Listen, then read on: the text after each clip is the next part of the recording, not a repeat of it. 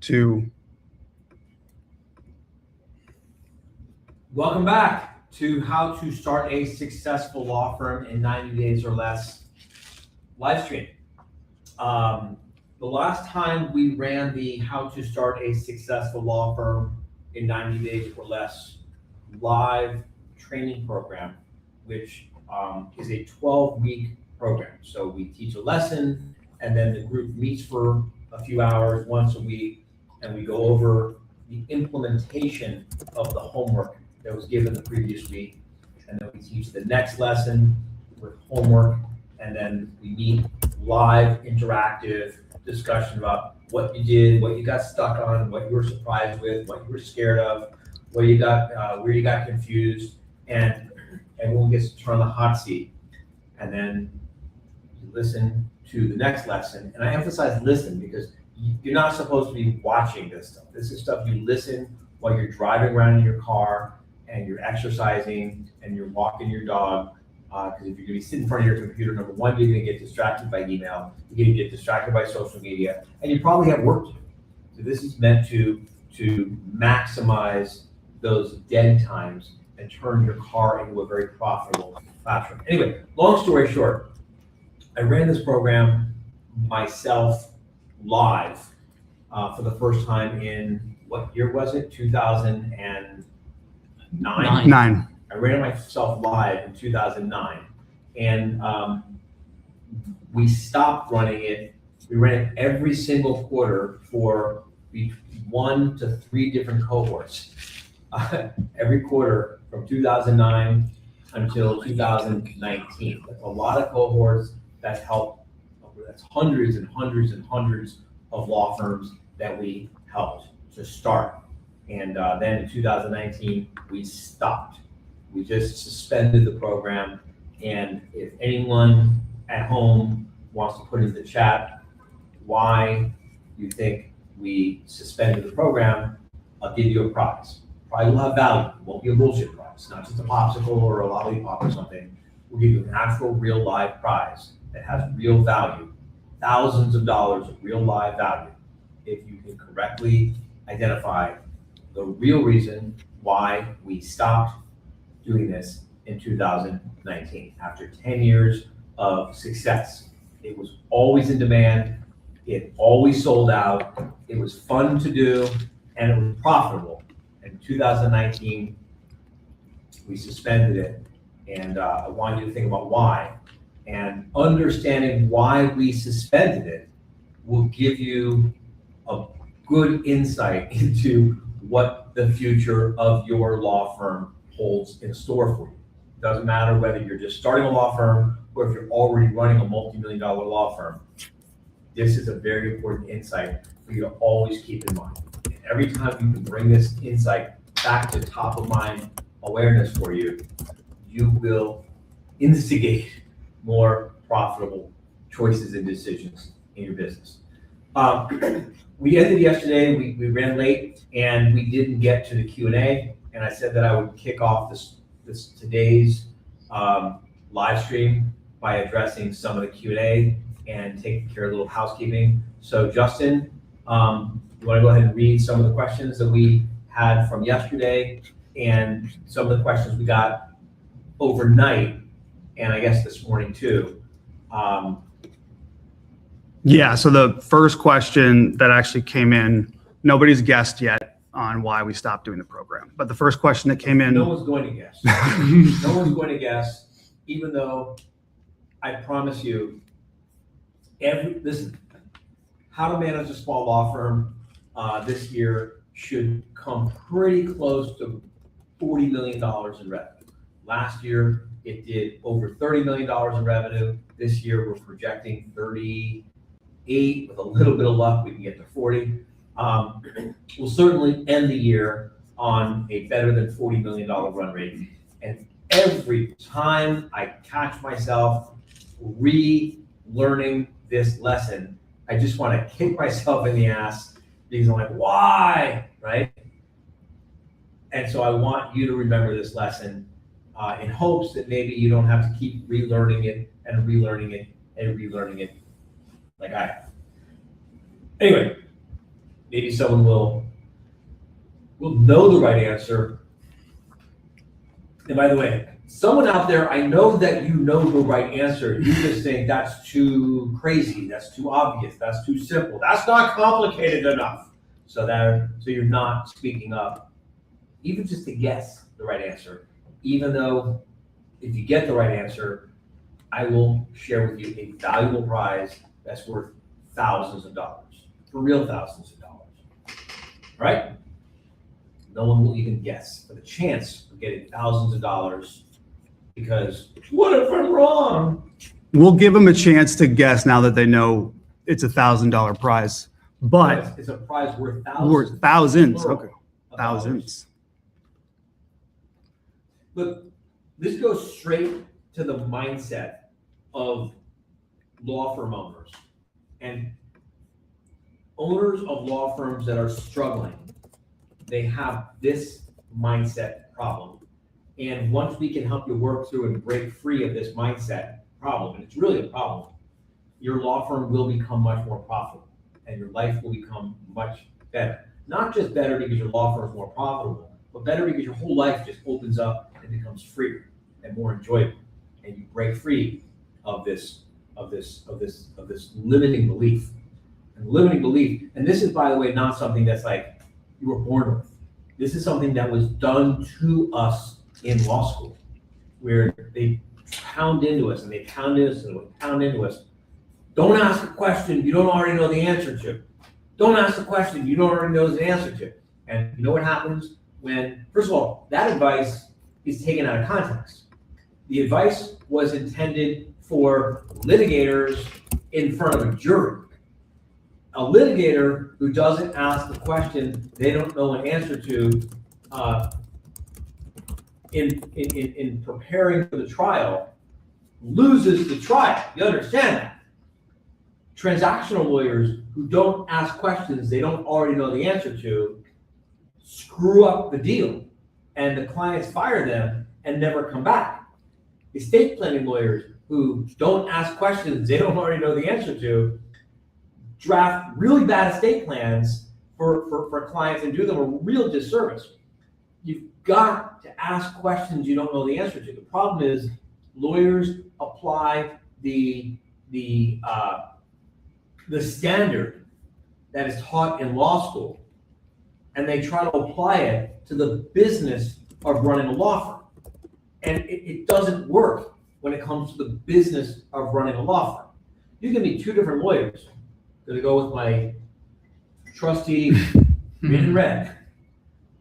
Green makes lots and lots of mistakes. Red never makes any mistakes. Like for real, never makes any mistakes. Red goes to the Bar Association meeting and puffs up his chest and says, I have not made any mistakes in the management of my law firm all year long. And assuming everyone believes him, everyone's going to beat a path to him and say, oh, please tell us, how do you avoid making any mistakes? And Green is going to discuss openly and candidly and honestly and courageously that she made like 25, 30, 50 mistakes this past year. Red made no mistakes. Green made like 20, 30, 50 mistakes. Red puffs out his chest and says honestly, I made no mistakes, and everyone was asking him for advice. Green says, I made like 20, 50, I made a whole bunch of mistakes this year, and everyone thinks she's an idiot. Except the reason why Red made no mistakes is because Red researched everything to fucking death. Because Red was afraid of making a mistake. Red was afraid of asking a question that he didn't already know the answer to. Red was afraid of being sued for malpractice because of something that got nothing to do with the practice of law. So Red over-researched, over-analyzed, over-investigated, overworked. Simple law firm management problems. But to his credit, he didn't make a single mistake. He also didn't make very many moves in his business. Green, she said, hey, what's the upside potential? What's the downside risk? The upside potential is great. This could really move the needle for my law firm. Okay, what's the downside risk? Oh, the downside risk is minimal. The downside risk is non-existent. Well, the upside potential is great.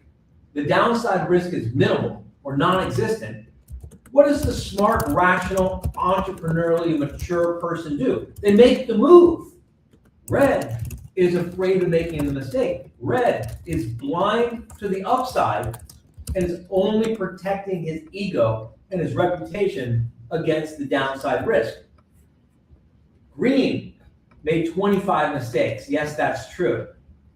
But she made, in the process of making 20, 25, 50 mistakes, she made 3, 5, 7, 10 really smart, good, even lucky moves.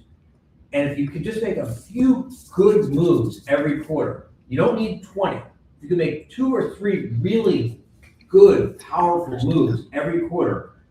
Your law firm is going to grow and grow and grow and grow and grow, and you're going to leave the rest way behind. That's the practical reality of it. How did I even get sidetracked? We've got questions. We actually have some guesses. We have 4 responses, guesses. guesses on this. You want us to go one by one? Oh, yes, the name and first, okay. Yeah, let's go name and then their guess. We'll go first, So, yeah, so first Christina says, reason why you stopped is you got enough clients out of the program, so you stopped. Totally incorrect. Not at all. All right. Gabriella says participants did not actively or openly participate. Entirely incorrect. They were rabid fans. Some of them are still members of How to Manage. They were fun to work with for the most part. I can only remember kicking out one person. In all those years, I can only remember kicking one person out from the program. Everyone is, for the most part, was very, very active and engaged and fun, and we had huge celebrations at the end. It was a great experience. Okay. Alana says you lost money operating the program. I already told you it was very profitable. It's a very profitable program for us to run. Okay. And then finally, Dana, who's been with us from the very beginning. Very first of this, stream. Very first stream. She's been with us all throughout the entire stream, every single one. She says it was too expensive for those trying to spend the money to start a law firm. Absolutely nothing could be further from the truth. It's $5,000. And if you don't have $5,000 to invest in learning how to set up a law firm the right way the first time, whether you spend the $5,000 with us, or you spend the or you invest the $5,000 with someone else. But if you're not willing to invest $5,000 with 100% money back guarantee to learn how to set up a law firm the right way the first time, the business that you and your family are going to depend on to generate hundreds of thousands of dollars of income, forget gross revenue, income for you. Please, I'm begging you, let us know that we need to help you find a job. Don't start a law firm. Do not start a law firm if you're not prepared to invest at least $5,000 learning how to do it the right way the first time, because you're going to make you're going to make dozens of tens of thousands of dollar mistakes in the first 2 years. It's going to cost you hundreds of thousands of dollars of mistakes if you don't learn to do this the right way the first time. And what's worse than the hundreds of thousands of dollars of mistakes, because you can recover from hundreds of thousands of dollars of mistakes, assuming you learn something from it. The real problem is all the opportunities you miss. Because if Green builds a solid foundation and maybe has a $250,000 law firm in the first 18 months, and Red just works his fucking ass off and has a $300,000 law firm in the first 18 months, but Green put proper policies, solid procedures, good systems in place so Green can get the business to start working for her, while Red is just grinding and grinding and grinding and grinding and grinding. Red goes from 300,000 to 350, from 350 to 500, and then Red fucking hits the wall. And we come back to Red 15, 20 years later, and he's still grinding and grinding and grinding and grinding. at $300,000, $400,000, $500,000. Meanwhile, Green took the time to build a foundation, to put solid processes and systems and procedures in place so that she could hire and train and onboard and leverage the talents of people who have skills and abilities and interests that she doesn't have. And she built a intake machine, and she built a marketing machine, and she built a system for paralegals to really do amazing work, repeatedly, predictably, reliably, and profitably. And she built a system for how to hire, train, manage, and make a profit with attorneys. And now we come back and we find Green in her 5th year of practice. Red, in his 5th year of practice, is still grinding and grinding and grinding and grinding. And he's like fighting for every nickel every year. And every year he starts off with nothing. Green, she built a business that works for her. And she's got $1 million business, $1.5 million business. No reason it can't be a $2 million business, sincerely, for real. And the best part of it is she's got a staff that keeps running the business, because the systems run the business and the staff run the systems. And Green invested in that in the beginning. And Red is just grinding and grinding and grinding. So it's fucking it is the most profitable thing you can do when you're starting your law firm. You know, Abraham Lincoln is famous for having said, if you give me 3 hours to chop down a tree, I'm going to invest the first 2 hours sharpening my axe. I'm going to spend the first 2 hours, I'm going to invest the first 2 hours preparing. So when it comes time to start doing the work, when it comes time to start doing the chopping, I'm using the sharpest blade possible, and I can make easy work of it. When we put the right processes and systems and procedures in place in the beginning and give you a solid foundation to run your business in, you can build a business on that foundation, which is not how most lawyers do it. So what was the last guess? Dina. And it was too expensive for those trying to spend money to start a law firm. Dina, I want you to look up the definition of the word. You want me to drag it over here? Yeah, that's actually I great. want you to look up the definition. We're live. Okay? Yeah. All right. I want you to look up the definition of the word expense.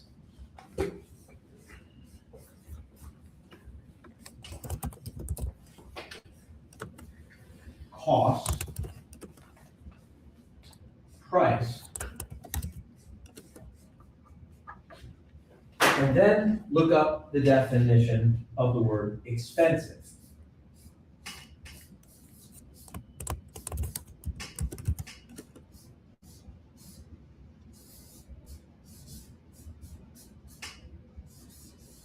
And look up the definition of the word value.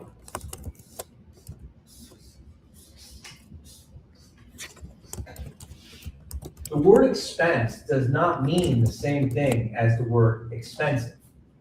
The word expense means the same thing as the word cost and the word price. Expense, cost, and price, these are synonyms. They all mean the same thing.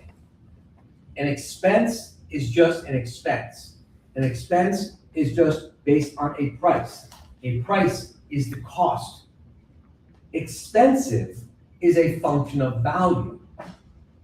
Is it too expensive to invest $1 if you're going to get back 5? No, it's not. $1 is just the expense. If I offered to sell you a car for $1 million, would you say that's an expensive car? Dina? Or anyone? Offer to sell you a car for $1 million, would you say that's an expensive car? We'll give her time to respond. I'm waiting for anyone to respond. Apparently no one's responding. So what's the next question? So we want to make sure we get to introduce Tanya and our special guest for today, but before Dina we said do yes. that, Dina said yes. No, it's not. You can't ask, I mean, it might be, it might not be. Dina, I want you to really pay attention, and everyone, please pay attention. You can't fall into this trap. That was a trap. It's a mindset trap. It's a mindset trap that I have seen thousands and thousands and thousands of lawyers fall into and remain stuck deep inside of this mindset trap. When someone asks you, is that expensive? Or is that too expensive? You can't answer the question. It's an impossible question to answer without asking a question in return, which is compared to what? That's expensive. Compared to what? It's an original 1938 Bugatti, and you can buy it for $1 million. Is that expensive? No. The last one went for auction for like more than $10 million. If you can buy that car for only $1 million, even if it's beat to shit, you buy it. And if you can't find $1 million to buy that car, you call me because I'll bring $1 million and we'll go halves on the profits. That's a great investment. That's a great value. $1 million is just an expense. It's not expensive if you're getting great value for it. You gotta learn to run your law firm based on value, not based on cost. When you run your law firm based on cost, you bring false economy, all kinds of decisions that hold you back and slow you down and make your law firm run like shit. Also, and I know we're not supposed to get into sales yet, but when you fail to clearly distinguish between expenses and expensive, guess who else is liable to make the same mistake? All your clients. All your clients are going to make a mistake, and they're going to say, well, $5,000 to handle my case, that's too expensive. And if you don't understand the distinction between the word expense and expensive, you will accept that answer from them. And you'll say, well, okay, I guess I understand. Or worse, you'll start pounding and pounding and pounding on them.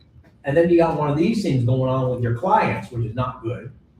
But if you just sort of step aside, let the statement go past you, and step back in and say, okay, you believe that $5,000 for my services to solve this giant problem that you've got in your life that's ruining your life or stands in the way of you living this much better life. You're telling me that's too expensive. Let me ask you a question. Expensive compared to what? Expensive compared to all the problems you just spent the last 30 minutes telling me you have? Expensive compared to all of the hopes and dreams and goals and plans that you're never going to achieve until we resolve this issue? Expensive compared to what? Now, when you handle the sales conversation, the way that we're going to teach you, I think it's tomorrow or the next day, how to handle the sales conversation, you're not going to have this kind of confrontational relationship with your prospective clients. And you're going to be able to train your employees not to have these kinds of confrontational relationships with their clients. And it goes much more smoothly. It's much more professional. It's very ethical. It's much more profitable. It's just a better way to go through life. But you've got to make a distinction between these two words.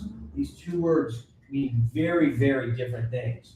Expense and expensive.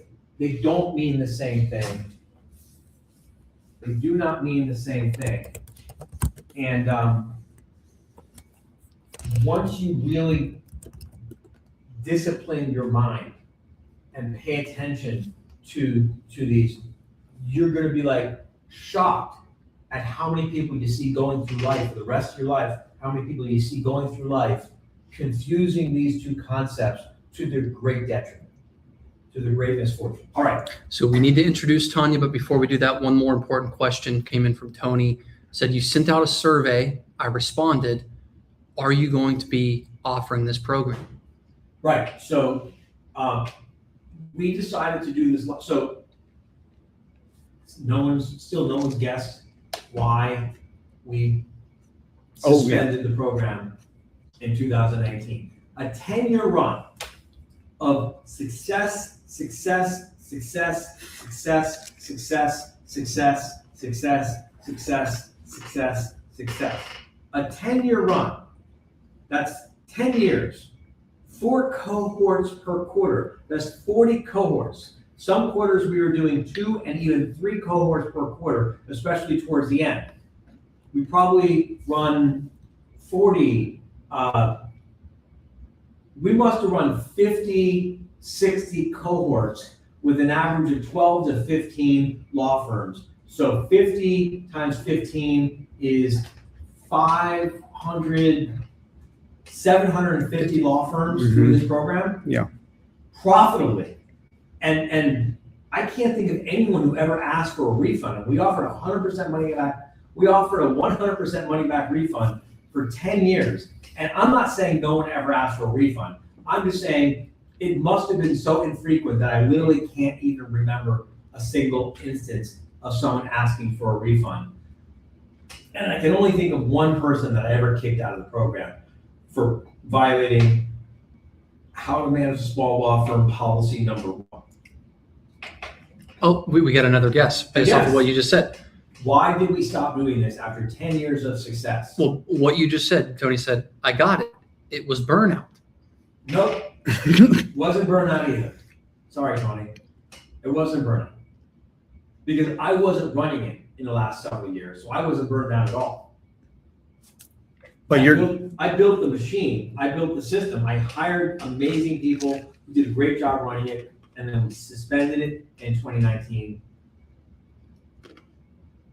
This is gonna happen to your law firm, pay attention. I made millions of dollars on this program, and then in 2019, I suspended it. And this is gonna happen to your law firm too. But you're going to be teaching it this Did anyone time. hear this? Yeah. I need this as like a sound effect. I'll be teaching it this first time. Yes.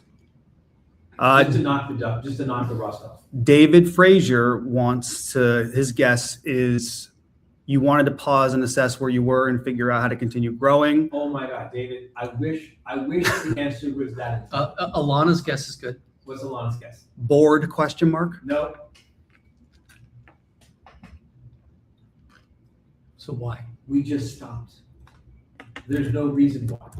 There's no logic, there's no intelligence, there's no strategy. It was just pure dumbassery. One quarter, we just stopped and never got back to it. I don't know why. It's inexplicable.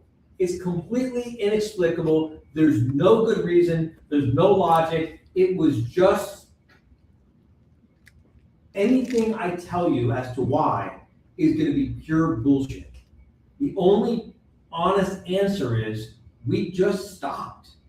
There was no good reason why. There was no strategic reason why. We weren't bored. It was profitable. People were asking us, but we just didn't do it. I don't know why. It just, holy shit, that was, what was 2019? How many years 7 years ago. That was 7 years ago. I don't know why. We just stopped. Here's the point. You're going to have a marketing campaign in your law firm. Mark my words. Mark my words. You're going to have a marketing campaign in your law firm. And it's going to be working and working and working. And then you're just going to stop doing it for some reason. You're going to have an intake procedure that's working and working and working. And then for some reason, your staff is going to stop doing it. You're going to have a billing process that works and works and works, and then you're going to go off and look at something else, and for no reason at all, your staff will just stop doing it. You're going to have a procedure that you've set up for how to open files, and it works, and it works, and it works, and it works really well. And for no reason that makes any sense at all, your staff will just stop it. I don't know why they're going to stop it. They'll just stop. They're going to stop doing the marketing that works. They're going to stop doing the intake that works. They're going to stop doing the file matriculation procedures that work. They're gonna stop following policies that work. They're gonna stop using checklists that work. They're gonna stop using templates that work. They're gonna stop doing billing mechanisms that work. They're just gonna stop. And there's no logical reason why. And this is part of why it's so important to understand the role of a chief operating officer in a business. Because the chief operating officer's job in a law firm is to make sure that the systems keep working, the systems keep working, the systems keep working, the systems keep getting refined, the systems keep getting refined, the systems keep getting refined, the systems keep getting improved, the systems keep getting improved, the systems keep getting improved, the systems keep getting tested, the systems keep getting tested, the systems keep getting tested, then the systems keep getting implemented, the systems keep getting implemented. And if you're bored out of your mind, you're beginning to understand why a good professional legal administrator or a good chief operating officer, which is the same thing.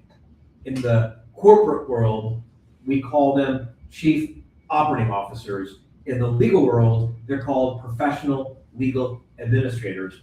You're beginning to understand why they're worth their weight in gold. Because they build the processes, they build the systems, they build the procedures, they build the infrastructure that makes the firm work like a real business, makes it work like a machine. And then they maintain and maintain and maintain. And while everyone's bored out of their mind and looking for the next shiny object, the chief operating officer is standing back and they're maintaining and improving and maintaining and improving and maintaining and improving. They keep the trains running on time so that the dreamers and the crazy people can go off and put our dent in the universe. But we wouldn't be able to put our dent in the universe if the chief operating officers didn't keep the machine running. And for some reason, people just stop doing things that keep working.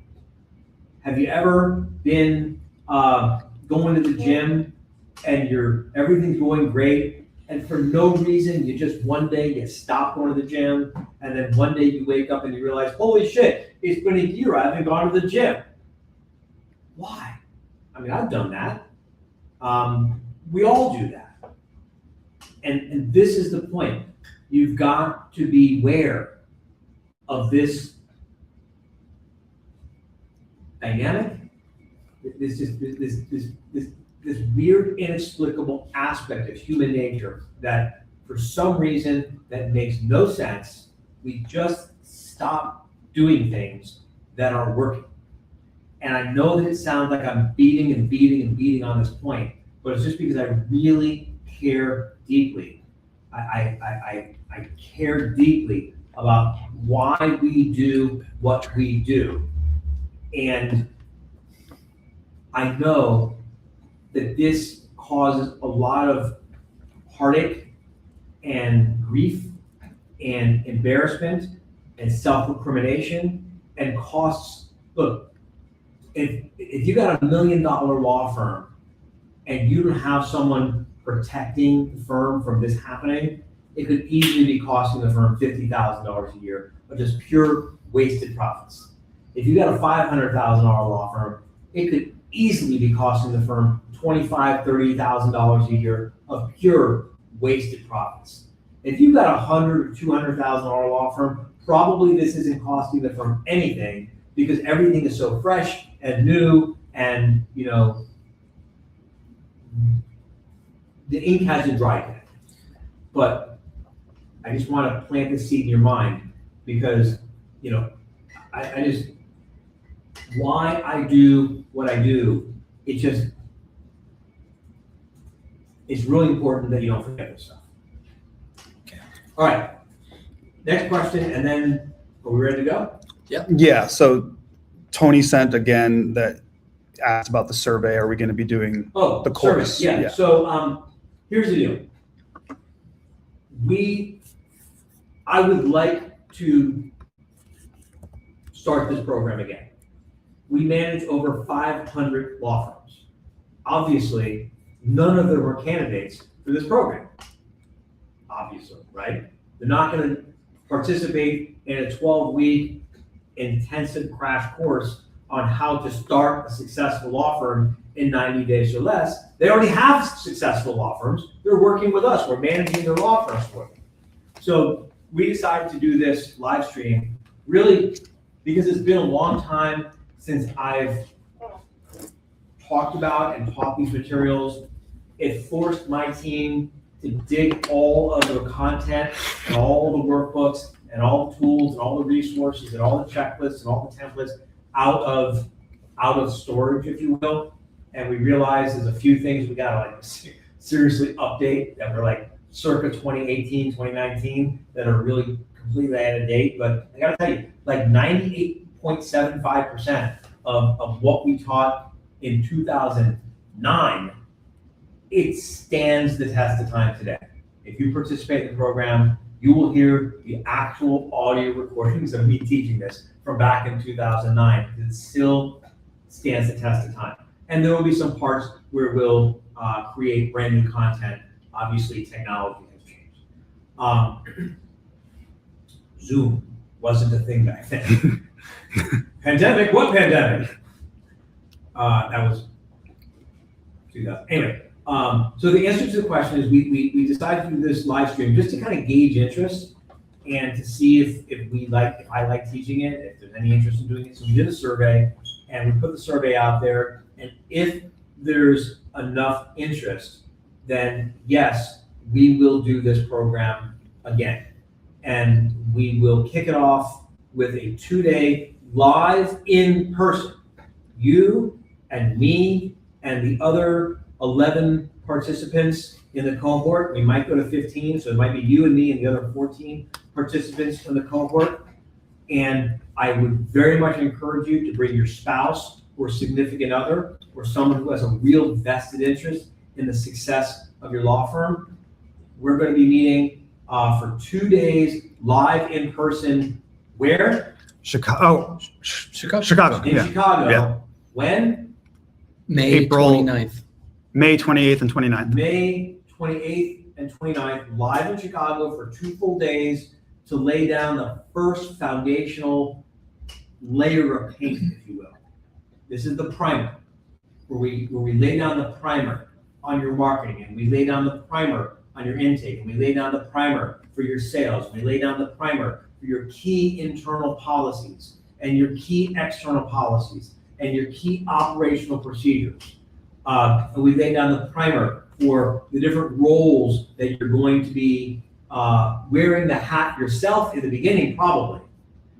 But how those jobs should be done by you in the beginning and documented by you so that when the time comes to hire them, you can hire someone with confidence to know that you've got a way of training them and holding them accountable and that they can't pull the wool over your eyes because you've done these jobs. And we're going to put down the foundation of financial controls for your law firm. And of course, we'll teach you how to set up and manage your IOLTA client property trust account.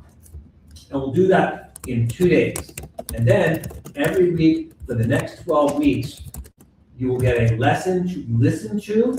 You don't have to watch it. You'll listen to it while you're driving around, while you're walking your dog, while you're exercising, while you're doing whatever you're doing. You'll listen to the lesson.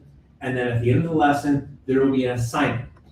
And the assignment is not a test, it's an assignment. It will be basically saying, implement what we just told you how to implement using these tools and these resources that we're giving. Here are the tools, here are the resources, here's the samples, here's the templates, here's all the things you need to make this concept or idea uniquely yours based on the lessons and the ideas that we just finished teaching you. And then you take your best run at implementing that part of the business plan and that part of the law firm. And then we get on live every week. Do we decide what day it's going to be? It's up to them. It's up to them. No, that's part of the survey. Yeah. Do you want to meet on Tuesdays or Wednesdays or Thursdays? I don't want to meet on the weekend, and I'm not going to meet on Mondays, and I'm not going to meet on Fridays. So Tuesdays, Wednesdays, or Thursdays. And as part of the survey, we'll decide what day it's going to be, and we meet live for typically about 2 to 2.5 hours every week, live with me on a Zoom, where it's completely interactive, and I'm helping you figure out how to answer the question when someone says, what do you do? So you got a good, solid answer that is the seed that's going to help you grow the rest of your business. And I'll help you develop your marketing plan, and I'll help you develop your intake system, and I'll help you role play sales calls so you get really comfortable with it. And I'll help you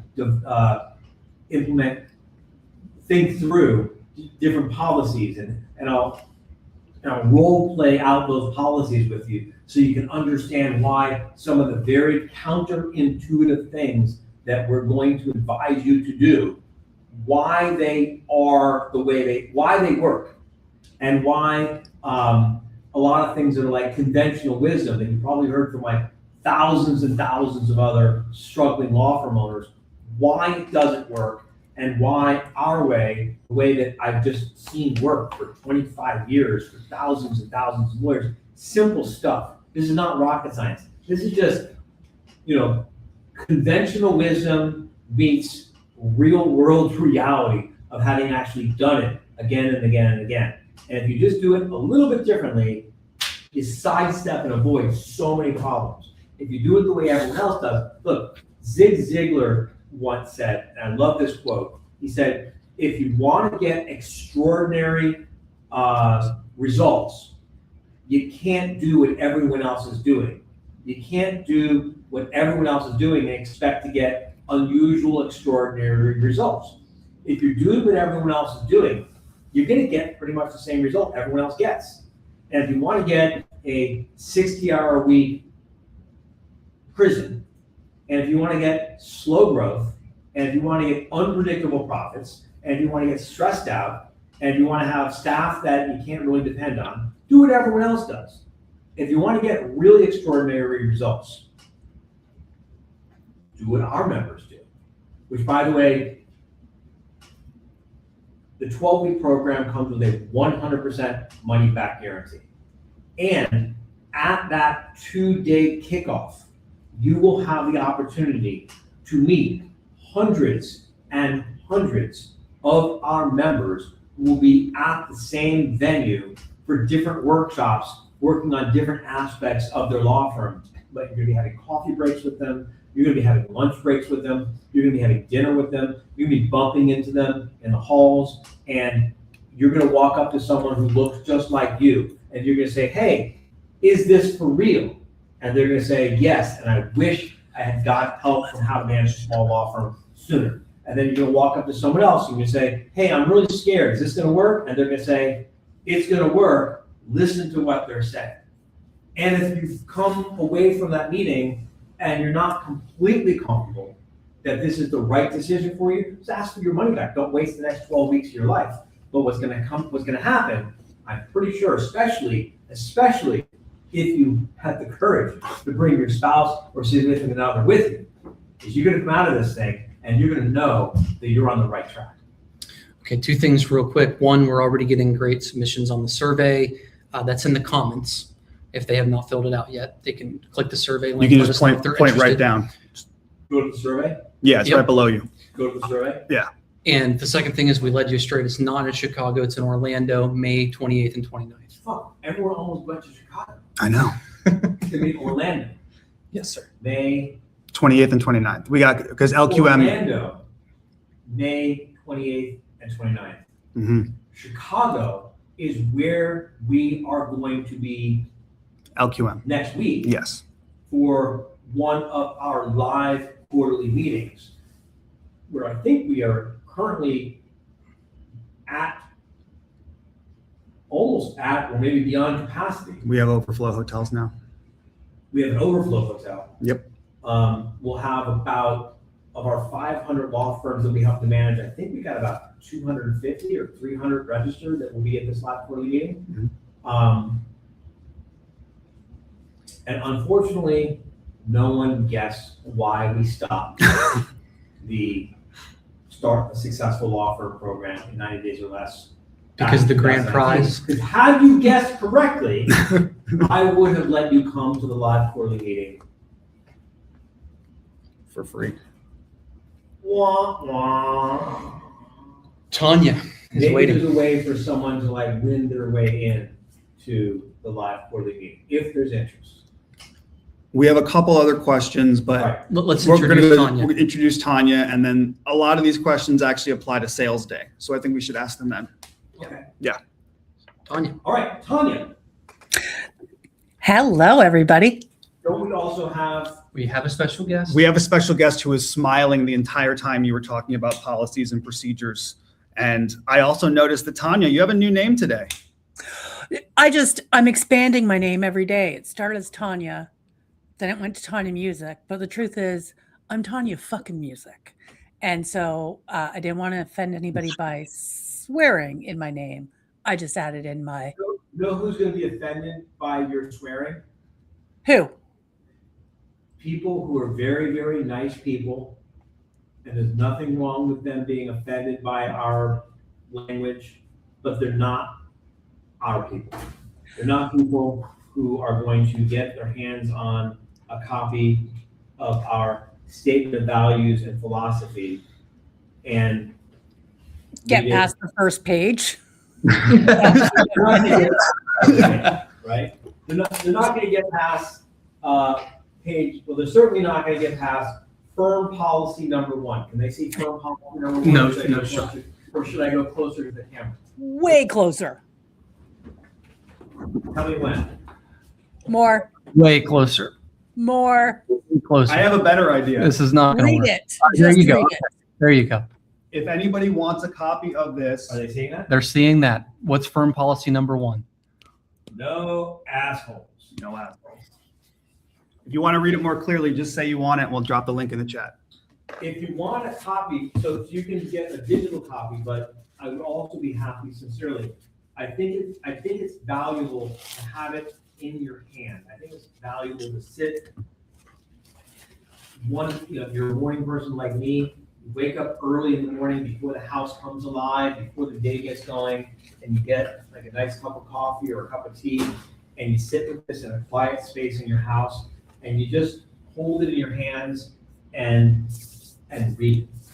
And what's gonna happen is you're either going to think that, wow, these people believe what I believe, and they value what I value, and they see the world in a way that really matches the way that I see the world, or you're gonna think we're complete fucking raving lunatics. There's also a possibility you might think that we're all fucking lunatics, just like you. Right. You can see both, and then you really are our people, maybe. You know the difference, was it Picasso? I think it wasn't Picasso, it was, Monet? what? Monet?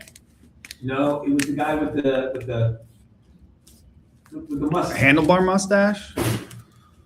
Not Picasso. Dolly? Dali. Salvador Dali. said, Yeah. Dali said, the difference between crazy people and me is I'm not crazy.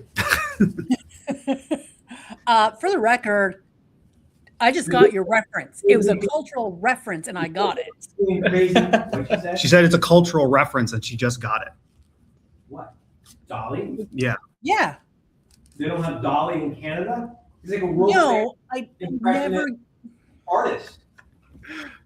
I never get your movie references, your song references, This is a your movie art reference. This isn't a references. song. Please This stop- has nothing to do with Stop art. bringing up music. This Do is- not bring up music, this is Miss Music. art. This is art. This is just art. Someone look up Dolly. Put a picture of Dolly on the screen. Dolly. Dolly. Oh my God. You don't want to know when I put DALE in. D-A-L-I. Not how you spell his name.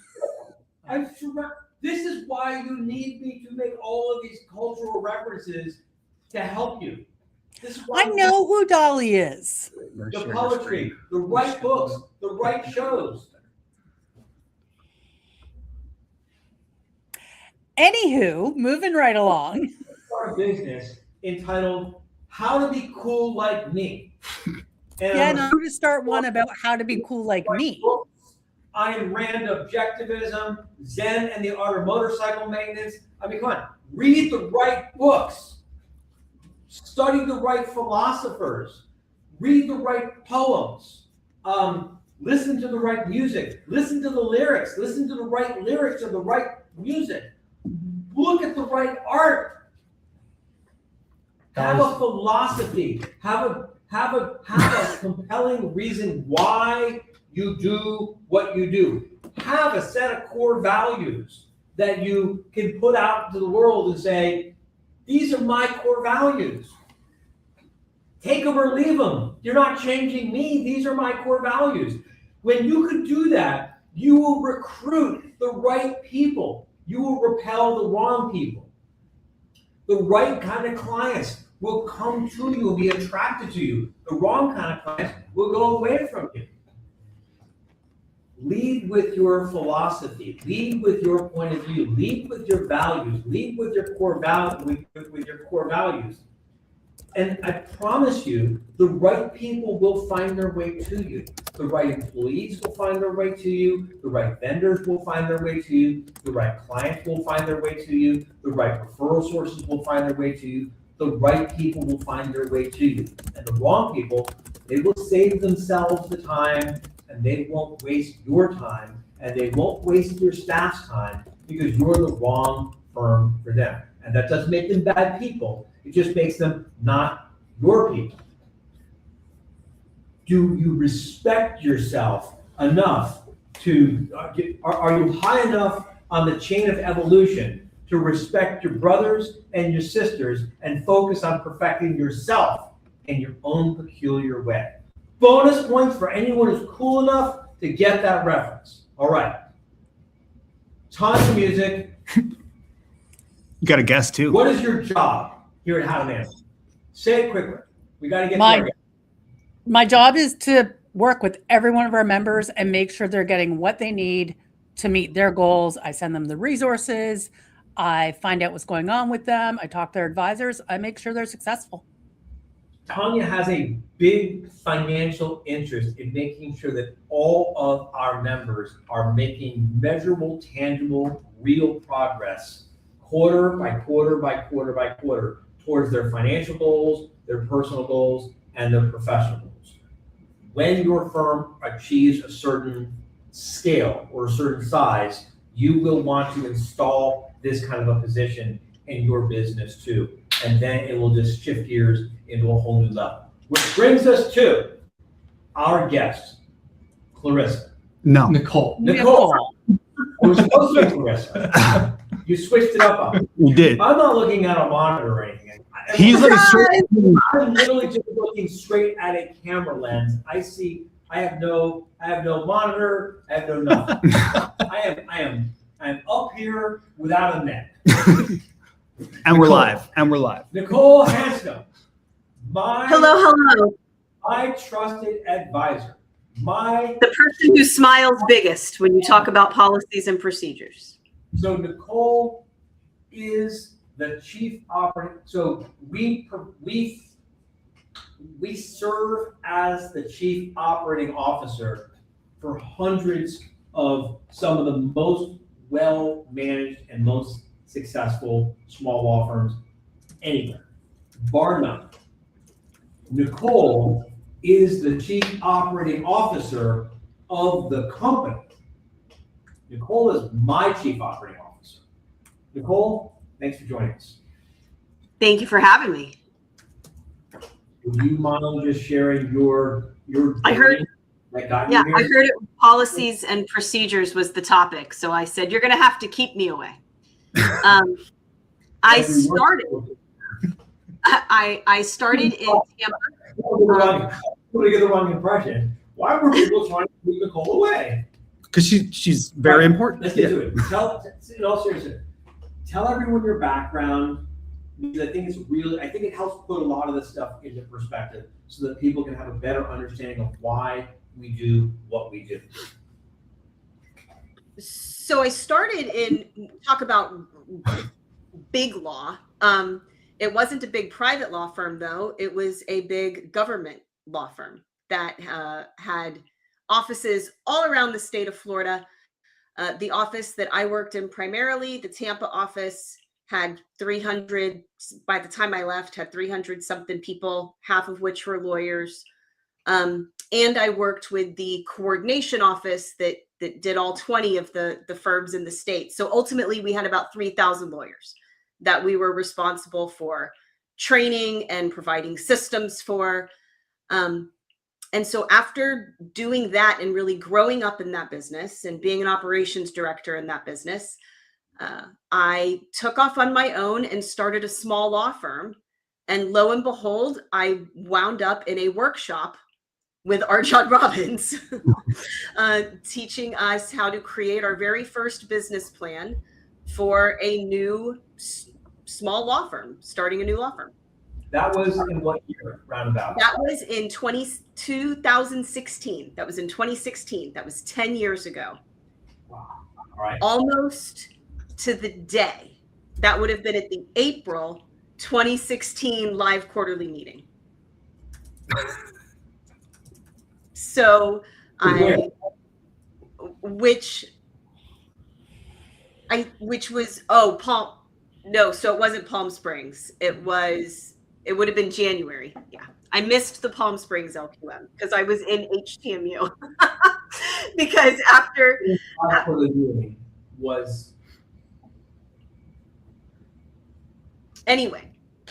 Pro tip, don't ever host an event in the same city As the Coachella? that they're running Coachella. Weird shit. What kind of weird? All kinds of weird. It's a weird vibe. And so then I realized after owning a business and being a lawyer and running a business and being a lawyer and running a law firm, that when you said, let the people run the machine, and get out of our way, I was so happy to get out of the way of the big ideas and the marketing and really focus on the excellence of running a law firm. And that is what I still love. Let me stop you right there for a second. Because I think that a lot of people are discouraged when they start hearing us talk about how important policies, procedures, checklists, templates, add them all together and you get systems. Policies, procedures, checklists, templates, you add them all together, they give them systems. I think a lot of people get discouraged when they hear about all this stuff and how much maintenance is involved in keeping them going, because a lot of law firm owners, that's the last thing they want to do. And I think that they don't understand that there's a whole group of amazing, brilliant, successful, highly professional people. There's a whole profession of people who love that. I love it. Tanya did it. I did it. I was a professional for 20 years. I was a professional second in command. And I was a right-hand person. And when you're starting a small law firm, you don't need a me to be that professional second in command right-hand person.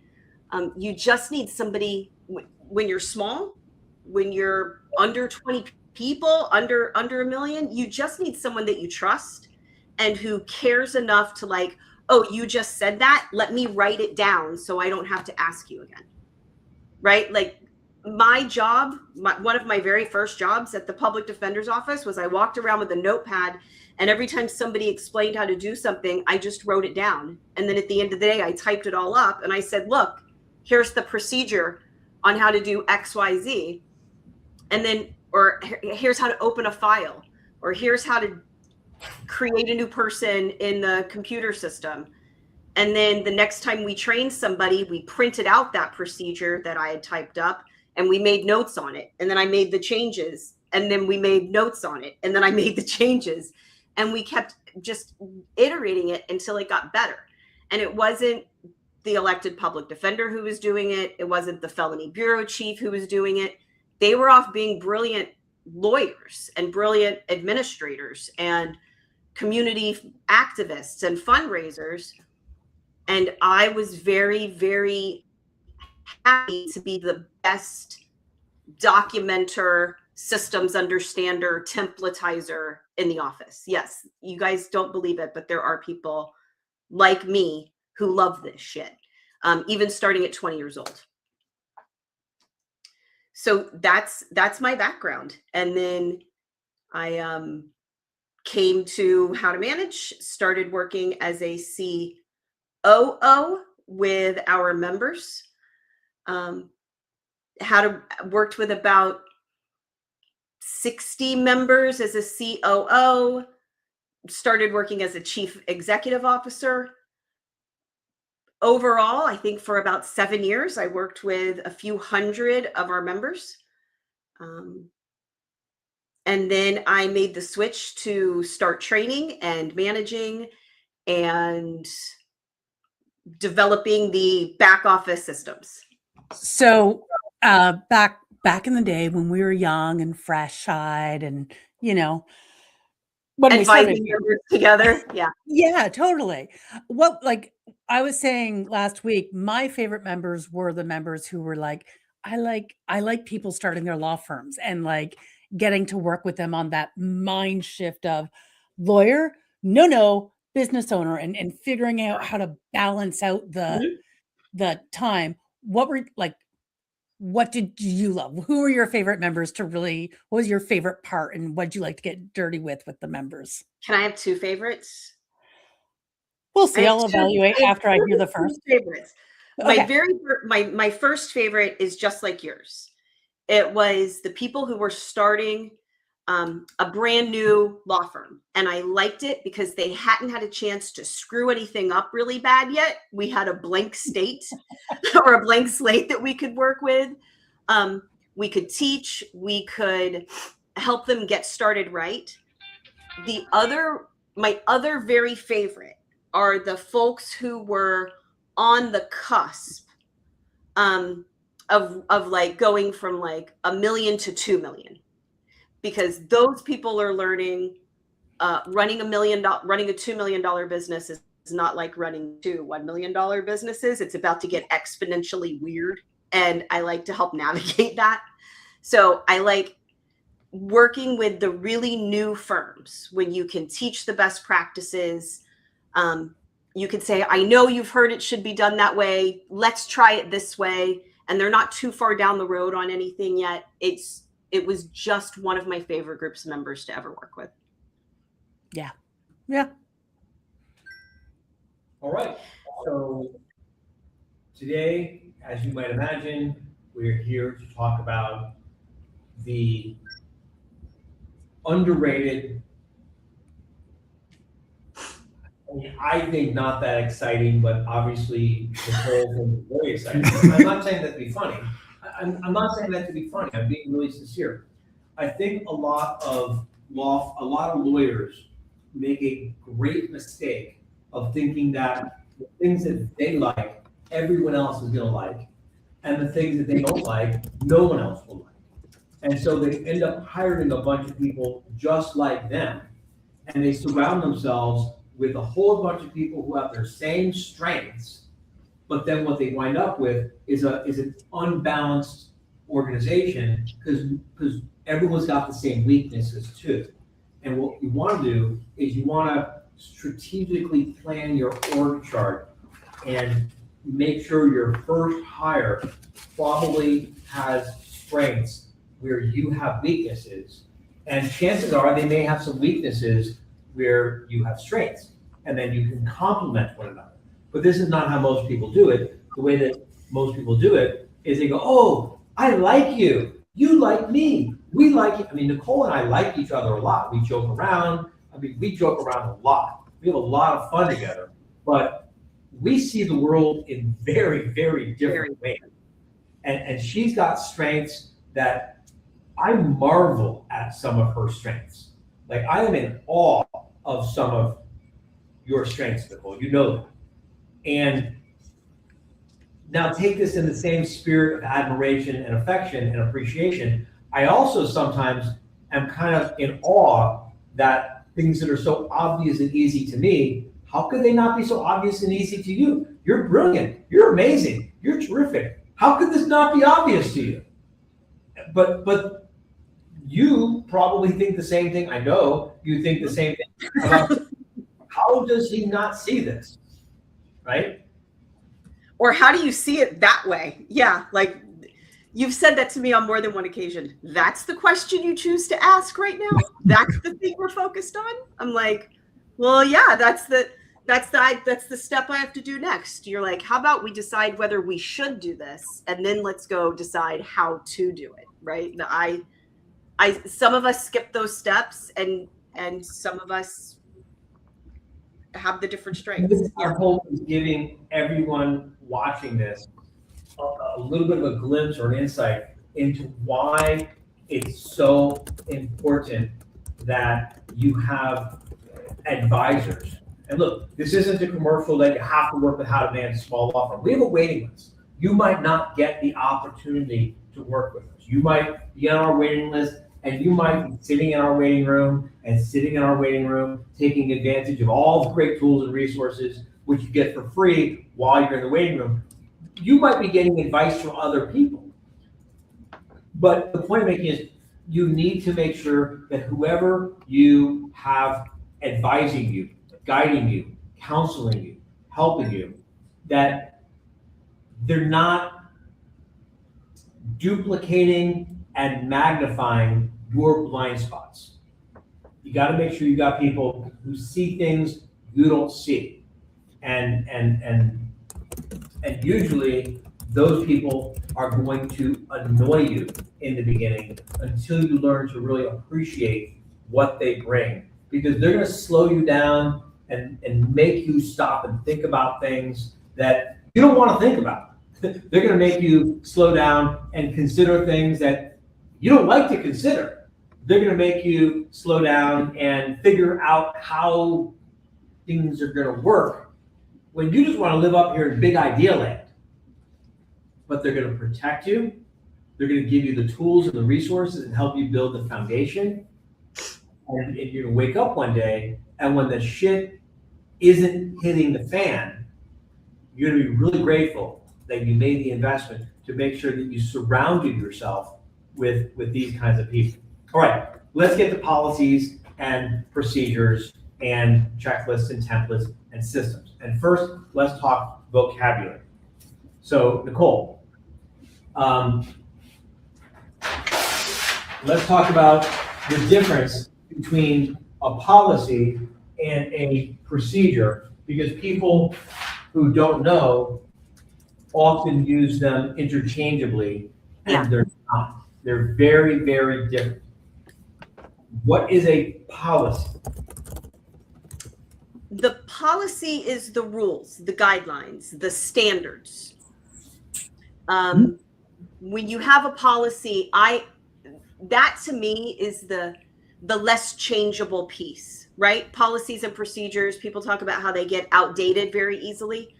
I think the policy, your standard, your guidelines, your rules, that's what the owner wants, that stands in place of the owner, and it doesn't change with the technology. The standard of service that you want to deliver, the core values that you have in your firm, the things that motivate you to make the decisions that you make, your criteria, those things don't change with the technology. So your policy is the why you do what you do. The policy is the why this rule or this standard matters. An employee ought to be able to make a decision, and as long as they make a decision that's consistent with the policy, I could choose red, you could choose green, someone else in the firm could choose blue. If the policy is you should pick a primary, well, Those are all primary colors. Yeah. You should pick a primary color. Mm-hmm. As long as it's red or green or blue, it doesn't matter which one you pick. And just because I would have chosen red and Nicole would have chosen blue, and Tanya would have chosen green, I can't argue, I can't criticize. The employee Right. used the policy as a shield to say, listen, the policy is we use primary colors. The policy does not specify which primary colors. I chose a different primary color than you chose. You can't fire me. You can't criticize me. You can't punish me. You can't hold this against me.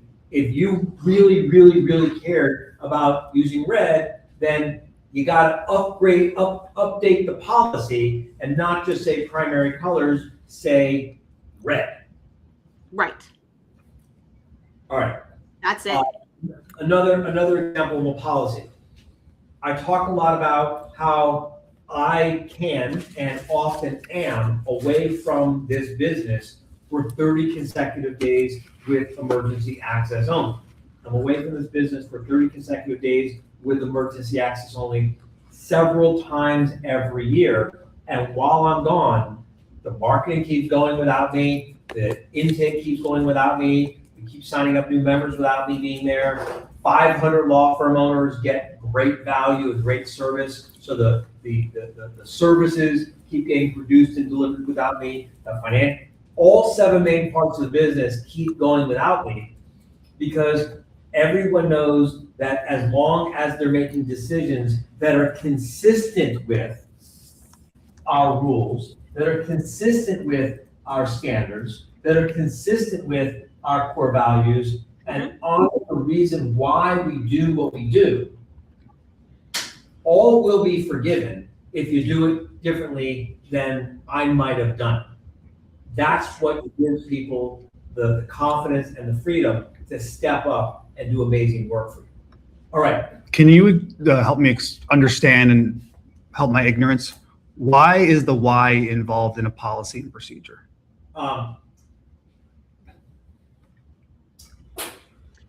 It's what makes it relevant to the, it's what, why are we even talking to you about this? Why is this important enough for us to write down? Let's suppose there is a policy that, a dress code policy. Mhm. And the dress code policy is we wear a tie in the office. Mhm. Okay, the dress code policy is that men are expected to wear a tie in the office, and I'm not fashion forward enough to know what the equivalent is for everyone else. But let's just say the policy is that men are supposed to wear a tie in the office. Yes? Yes. Why? Why are men supposed to wear a tie in the office? Are men supposed to wear a tie in the office because men are supposed to wear a tie in the office? And the reason why men are supposed to wear a tie in the office because men are supposed to wear a tie in the office, and that's just the reason why? Because if that's the reason why, 20 years later, even if fashion has changed, even if traditions have changed, even if standards have changed, even if the world has changed, you still got men running around with ties in the office when the world has now gone to a place where, everyone's working from home and you have a home office and you got men working from home with a tie. It makes no sense, right?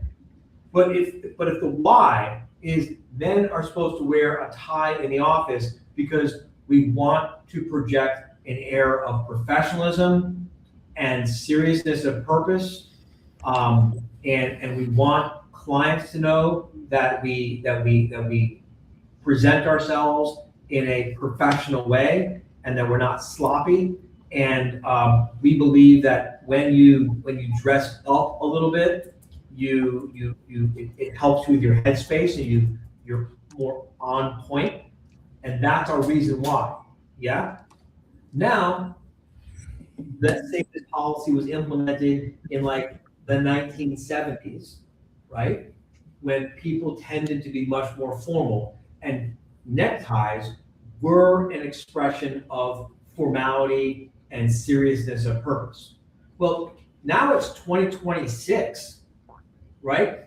Now you got, billionaires walking around with hoodies and sweatshirts, and, a necktie isn't necessarily the only, and in some cases, not even the best way to show professionalism and seriousness of purpose. But now you got an office where everyone's still running around wearing neckties because no one bothered to understand the reason why the policy was what it was. Does that make sense? Yeah, just like Or they setting goals. just made a rule that everybody in the firm had to wear a necktie. Yeah, well, it says here you got to wear neckties. So yes, the women are wearing ties and the men are wearing ties, and you don't stop and think about why it's being applied and how to think about what you're doing. If you give me a little bit more time, I'll get on the chat, or maybe tomorrow. I can think of a lot of examples of policies that were implemented in a different age, in a different time when things were different. Mhm. Well, We're still doing them because no one stops to think of the reason why they were done in the first place. If you want to hear those tomorrow, just drop Y in the chat and we'll keep moving on to policies and procedures. This is not the same why that we were talking about the other day Right. at lunch, Mhm.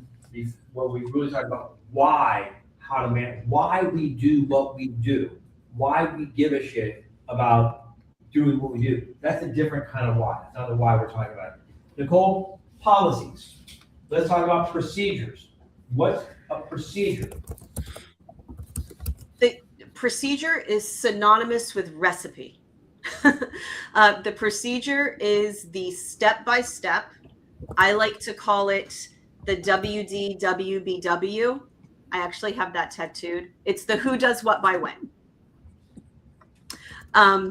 Yeah, I heard a giggle. Yeah, it's Sorry. I heard that. The procedure is who does what by when. What are the steps you take? How long should you do it for? How many times a week should you do it? That's the magic of the procedure. And the procedure can and should change as your tools change. The procedure should accomplish how do we create the standard of work that we've defined in our policy, and what tools are we going to use? Who's going to do what by when and with what tools? It's the recipe on the back of the Betty Crocker box, plain and simple. The procedures are the relatively easy part.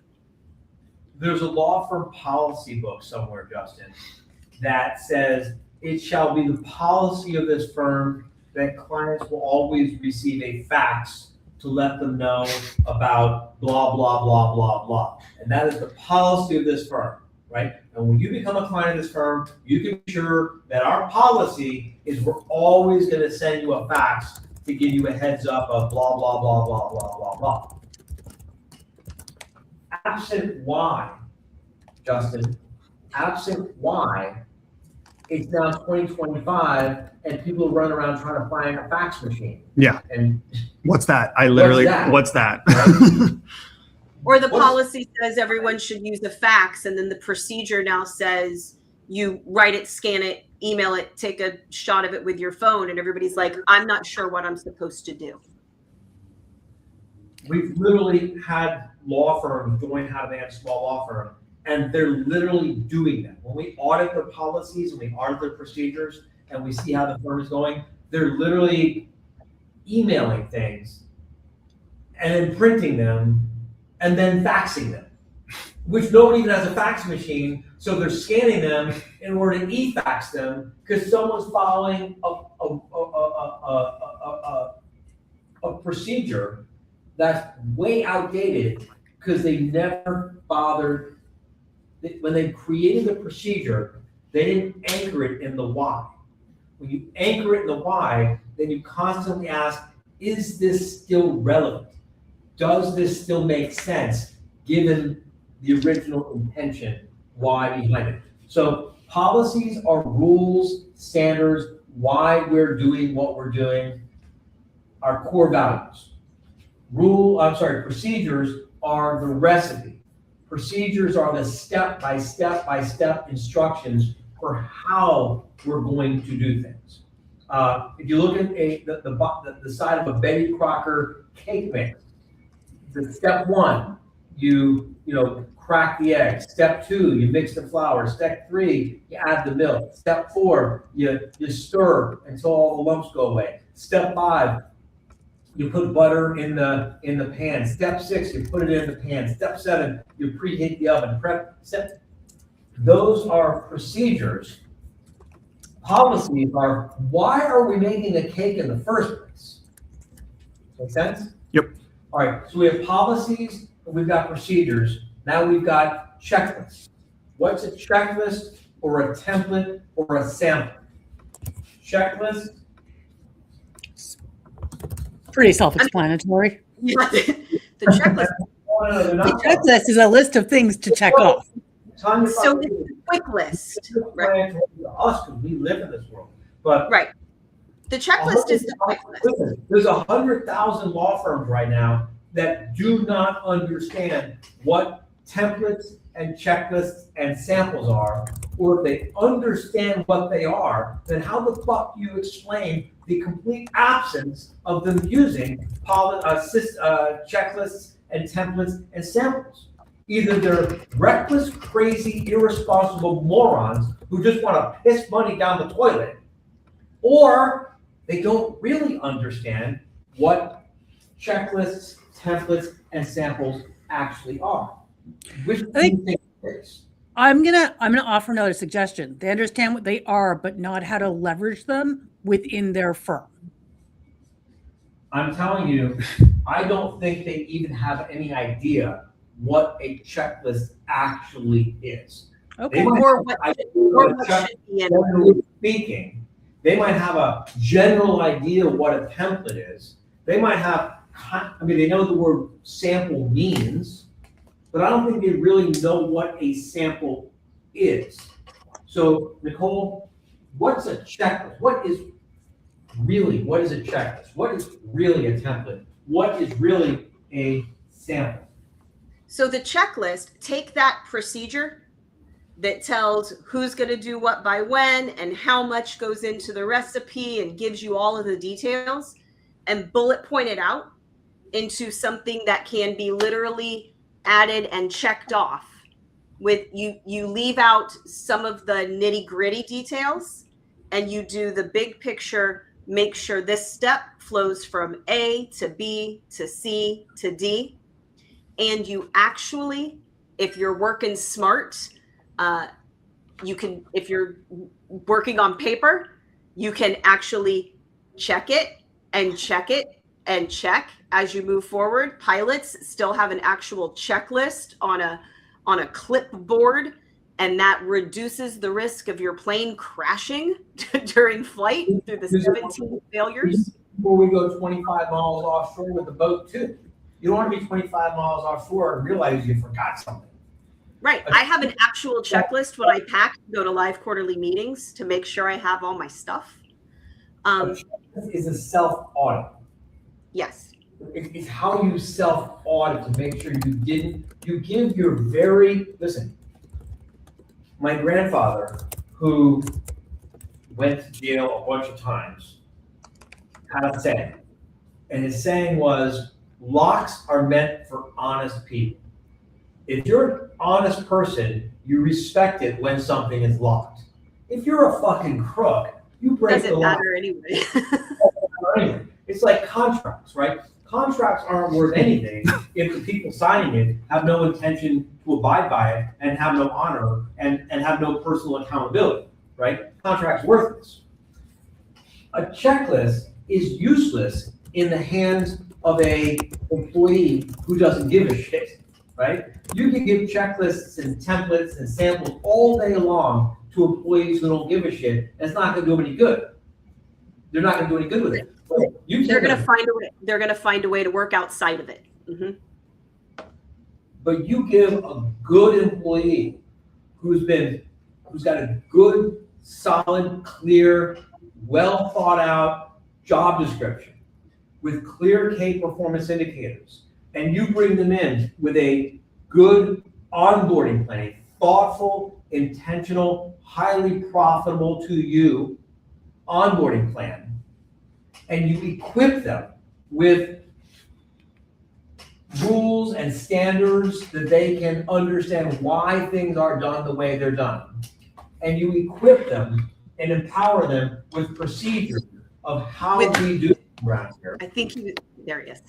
And then you give them a checklist that they can use to protect themselves so that, hey, before I turn this into the boss and have the boss rip my head off, I'm going to use this little checklist and say, okay, did I do this? Yes. Did I do this? Yes. Did this get done? Yes. Is this in the right place? Yes. Is this up to standards? Yes. Okay, good. Hey, boss, here it is.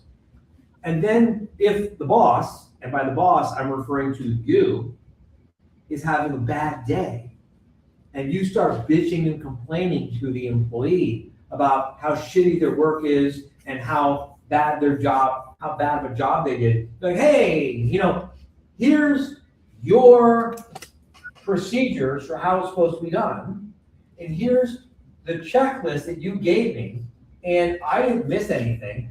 Listen, if we want to update the procedure, if we want to expand the checklist, we can do that. That's how we can improve the operational efficiency of the firm.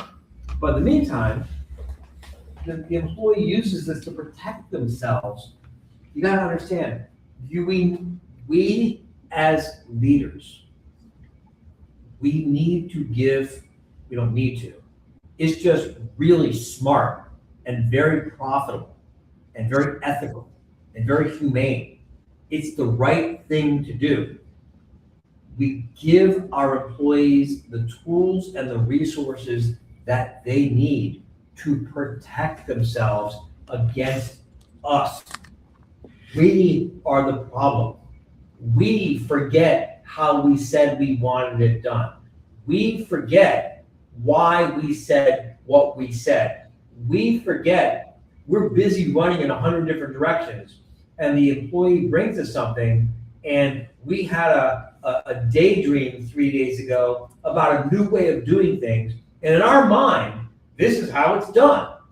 But we just never bothered to communicate this to anyone using these things called words, and we just expected them to read our minds, which they don't, and they can't, and they won't. The checklist gives the employee a way of respectfully defending themselves. And maybe when they get to know you a little bit better, maybe not so respectfully defending themselves. But the point I'm making is it's a humane way of leading and managing people. And if you don't give your employees checklists, sorry? Go ahead. No, go ahead and finish. I was going to add. Excited. I know you were going to say something. Oh, okay. Yeah, and some processes are really easy. And then some processes have lots and lots and lots and lots of steps. And some filings that you're going to put together are easy. And some filings that you're going to put together have pages and pages in different sections and have to be filed in different sequences. Looking at a procedure that's 13 pages long is as daunting as just trying to go in and do the work. So having what? Really? Nicole. Just go. What? And Nicole, can you hear me? And sometimes I'm having a good day. And sometimes I'm not having a good day. And sometimes I'm clear-headed and focused. And some days I'm distracted. And that's what checklists help us. They protect us from our worst days. If you just have one bad day a quarter, because you're fucking better than me, you're a better human being than I am. You're a better spouse, you're a better parent, you're a better human being than me, and you only have one bad day a quarter. Because you're better than me. That's why you only have one bad day a quarter. But on that one bad day a quarter, you're gonna fuck something up. If you have checklists and templates and samples, it prevents you from making that mistake one single time per quarter. And if you can avoid making a $5,000 mistake, even just once a quarter, that's $20,000 a year. Now, if you're a mere mortal like me, and you get distracted a lot because you got kids and spouses and pets and this thing that people call a life, and you're thinking about marketing and sales and all different parts of running your business, you're liable to make a lot of mistakes, a lot of avoidable, costly, inconvenient mistakes. And if you got to spend 1 or 2 hours a day cleaning up avoidable mistakes, that adds up to hundreds of thousands of dollars of revenue and profits when it stacks up after a while. And checklists and templates and samples, low tech, paper and ink, low tech checklists. There's never been a technology invented yet, and I stand by it as of today's date. Maybe tomorrow, someone will invent an AI that will be better than a printed piece of paper and a pen or a pencil to use as a checklist. This works better than technology. I'm sorry. This works better than modern technology, because remember, there was a time when this was considered state of the art. Boom. What else can we tell everyone about now? Templates. We talk about policies. Policies are the rules, the standards, the why behind the rules, the core values.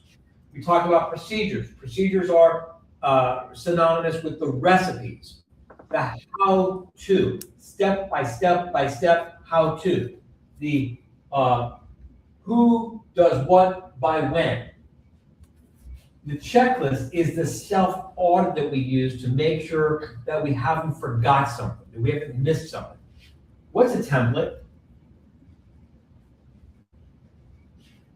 The template, so I usually talk about examples of good first, because the template is the example of good made so that you can use it over and over and over. The template is the fill in the blank version of this is what your form should look like. This is what your motion should look like. And here's where you put in the information that you're working on. So a template is a fill in the blank. I talk about templates and scripts sort of together in the same conversation, because they're the one that if your checklist says get a copy of a motion, or do a certificate of service, or have an intake conversation, the template is the tool that you give your staff so that they can get started on that and don't have to start from blank page syndrome. And last but not least, what's a sample? So the sample I also call the examples, or the examples of good. And it was one of my favorite things to curate when I was building big libraries, and I even do it now with advisor calls and with certain workshops. You go get a picture, you paint done for them. You give them an example and you say, when you're done, it should look like this. When you're done and it's a good job, it should sound like this. It should look like this. It should be about this thick. This is what it's going to look like when you file it. Whatever those, I have many examples of initial consultations. You give it to them as a training tool so that they know this is what done and this is what good look like. That way it doesn't get overworked, that way it doesn't get underworked, and that way they have a target to meet. Yes. Okay. When you put all of those together, and then there's another piece, which is the automation. So when you put all of it together, that's your system. All of this together, you add policy, you take policies and procedures and checklists and samples and examples, you put this all together, and this is called a system.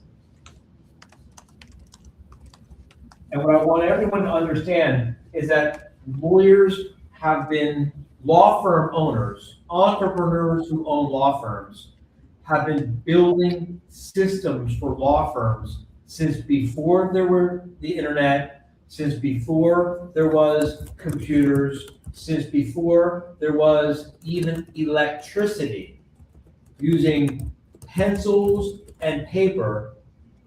Law firm owners were writing out policies. These are the policies of these are the rules of this firm. These are the standards of this firm. This is why we have the rules that we have. These are our core values. These people were writing this with pencils on paper. People were writing with pencils and paper. Checklists, step 1, step 2, step 3, recipes.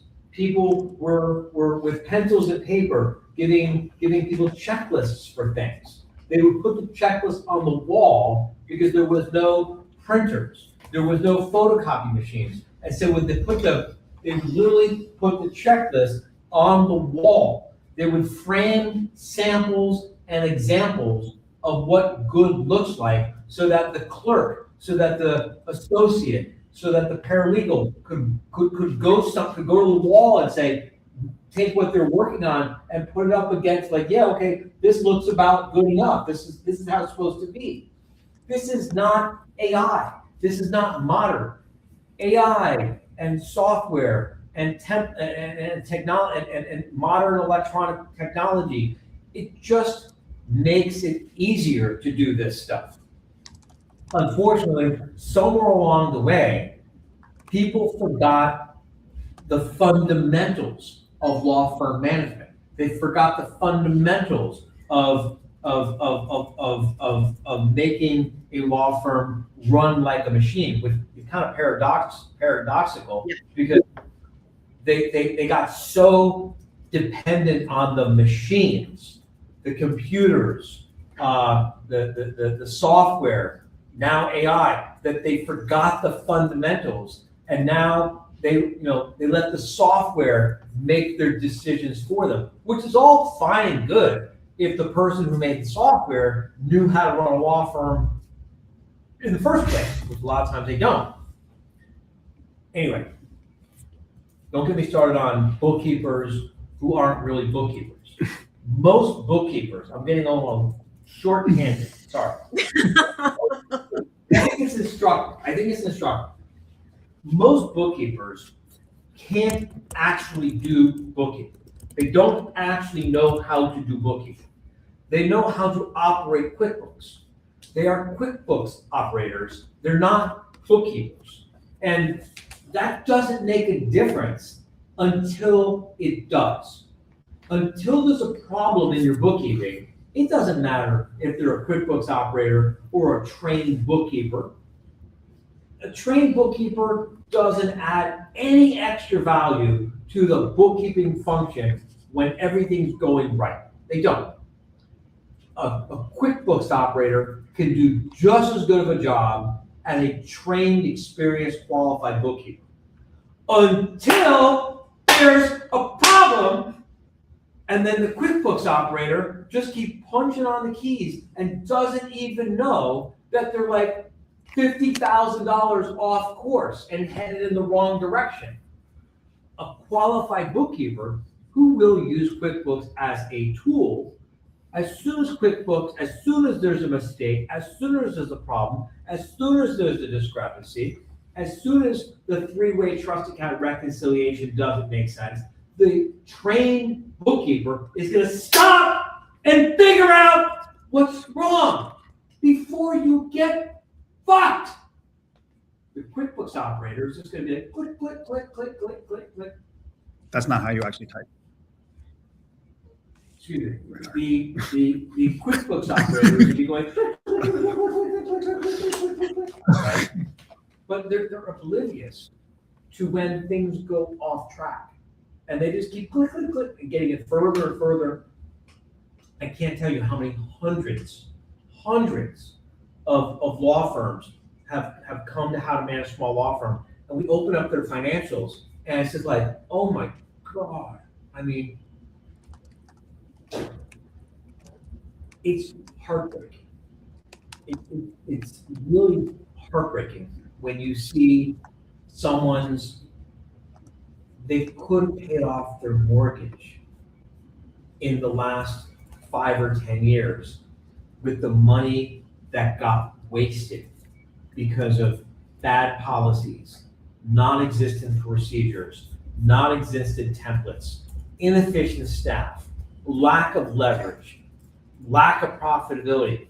And it's like, this makes a real difference in people's lives.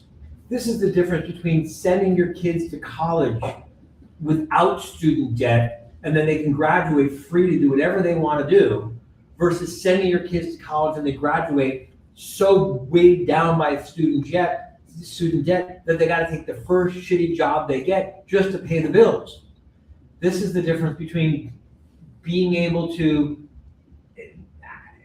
have no mortgage, and then all that extra money that you make that you would have made towards a mortgage payment, you can start buying investment properties and build a portfolio of investment properties so that when you go to retire, you've got this portfolio of investment properties versus you paying the mortgage because the law firm is leaking so much money every year that you can't ever get ahead. This is the difference between having policies and procedures that empower you to hire good people who can come in and do a great job because you've empowered them with great policies and procedures, and because you've got good people doing a great job following policies, following systems, following procedures, using the why, following the standards. Hey, you know what, honey? Let's actually go on a real vacation and really connect with each other again this year. Versus, hey, we've grown apart. We've become strangers because for the last 5 years, I haven't been able to get away from this fucking law firm because I got no systems and no staff and no way to escape this fucking prison that I made for myself because I started a law firm and built it like a fucking prison. This shit matters. These are real lives we're talking about. That's part of the reason why we do what we do. These are real. You're a human being.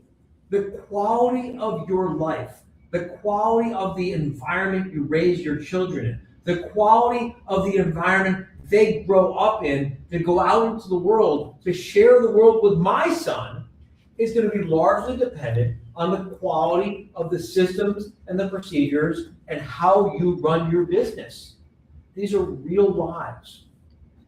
It's heartbreaking, absolutely heartbreaking, when someone comes to us after they've been running their law firm for 10, 15, even 20 years. And look, you graduate from law school at like 25, 26 years old. Maybe you work for someone else for 5, 6, 7 years. You get to be about 30 years old, maybe 31, 32. You decide to start your own law firm. You don't write a business plan. You don't create a marketing plan. You don't know anything about putting policies and systems and procedures in place. You don't know how to do financial projections. You don't know how to put financial benchmarks in place. You don't know how to do pricing strategies. You don't know how to read a set of financial statements. You don't know how to hold your marketing vendors accountable. You don't know how to hire, train, manage, and put a good team in place and empower them with this kind of stuff. Now you're 50 years old. I'm 55 years old. I mean, 55, you still got a lot of life left in you. But you wake up, you're 50 years old, and you've been beating your head against the wall for 20 years, wasting time, wasting money, getting run down, and doing damage, psychic, emotional damage to yourself and your family, and setting a bad example for your kids who think that to run a business, to be a professional, you gotta suffer. And you wake up at 50 years old and you finally bump into us, and we finally start turning things around, but it takes us a year or two to just clean up the shit show you spent 20 years creating. But you could start a law firm. You could start a law firm and do it the right way the first time. it gives you such a huge head start. And that's, I can't explain why we stopped doing this in 2019. We just did. And I'm really excited to get started with it again. Where are we on time? 15 minutes. 15 minutes left. 15 minutes left. Mm-hmm. Okay, so I got a bunch of stuff more to talk about, practical policies and procedures and checklists and templates. Nicole, Tanya, you want to add a few words before I jump in to the next part of the lesson, which is going to be. This is kind of off base, but you've mentioned it a few times, and I think it's so important, right? When you keep saying you don't know why we stopped doing this. One of the things I love about our members' live quarterly meetings is when we pair people up, because firms who have grown and they forget about some of the foundation stuff they did or some of the great stuff they did, like this course, are reminded by the smaller firms to start doing it again. I love it when I love it when someone comes into How to Manage and, you know, they work with us for a little while, they break the 7-figure barrier. This is going to sound a little bit shitty, so let me get to the end. Not listening to the middle, I'm going to sound like a jerk. You got to get to the end. They come in, they're hungry, they're humble, they're open-minded, they're driven, they're motivated, and they're building, and boom, they break the 7-figure barrier, and now they get infected. This is the part that I sound shitty. They get infected with what we call too cool for school syndrome. Look at me, I'm hot shit. I have $1 million law firm. And then they see someone coming up behind them, fast in the rear view mirror. And that person, that lawyer has the eye of the tiger, right? And they're innovating and they're pivoting and they're doing all the stuff that this I'm hot shit used to do and stop doing. And this is the part that makes me sound less like an asshole. Because what's so cool is because our members are not assholes. We have a strict no assholes policy. But, you know, weird shit happens when you get to $1 million, $2 million, $5 million law firm. And sometimes you gotta get someone with eye of the tiger coming up behind you fast in the rear view mirror to remind you and to provoke you, like get you back in the game, and then boom, next thing they know, they got a $5 million firm pulling $1 million in total owner benefits out of the firm, whereas they might have like lagged for a little while before we threw them into the ring with a young upstart. So we love it when we got the $5 million, the $10 million, and the $500,000, the $200,000, and the brand new eye of the tiger. It's great to mix everyone together because everyone can learn from each other and everyone can benefit from each other. And everyone can be inspired by each other and everyone can be kept humble, especially me. I am constantly inspired and constantly motivated by these. They're coming up with ideas that like I'm amazed by. Holy shit, who would have thought of that? And I'm sitting there talking to someone with a $100,000, $200,000 law firm, and here I am with an almost $40 million business. I'm like, okay, so how do you do that? And tell me more about that, and teach me more about that. And Yeah. awesome. Yeah. They're scrappy and they're like when you start, you have to be scrappy and innovative because you don't have the luxury. I really just think Throw, that's throw money at it. I really think that's a big part of the secret, if there was a secret, to how we've been able to keep growing How to Manage Small Law from year after year after year after year. Because we keep surrounding ourselves by all these scrappy, innovative people who keep coming up with these crazy new ideas. We're like, okay, this thing called AI, what is that you say? Or even before the TikTok. So let's talk about the TikTok. Oh, you're an immigration firm, and suddenly, boom, TikTok blew you up. Like it wouldn't even have crossed my consciousness 5 years ago until Hector and Shannon start to do it. I'm not using full names. Right? They got multi-figure law firms basically built off of TikTok. Okay, well, I guess they take TikTok seriously. Anyway, the point here is I just want you to understand that the right people with very successful law firms will want to be around you if you are a startup. They're not gonna look down on you. They're not gonna shit on you. They're not gonna think, oh, well, we're too cool to talk to you. Who are you to talk to us? The right people are going to welcome you and say, come to dinner with us and let us learn from you what you're trying and doing that we aren't trying and doing. And you'll help them be more innovative, and they'll help shine a light on you and be good mentors for you. I just want to understand, you shouldn't be shy about asking people with existing, very successful law firms for help. And anyone who has a $1 million or a multi-million dollar or a very successful law firm, if they're not really open and receptive to helping you, it might be their law firm isn't as successful as they want you to think it is. Because a person with a really successful law firm is going to be open and receptive. Last thing you want, I got some things I got to say about policies and procedures. I got to fit this in to this lesson. Tanya, Nicole, final words here? I don't mean final words like goodbye. I mean final words on what we're talking about. I will say one thing, because I don't think Nicole, and it's her favorite tattoo, really covered it. The who shall do what by when. Two things about it. One, it's not who, it's which position, right? When you're writing your procedures, because people change, but it's so important because it stops the whole, well, I did my part, I don't know what happened after that, because it's very clear what the next role is. I want to say that because it's so freaking important.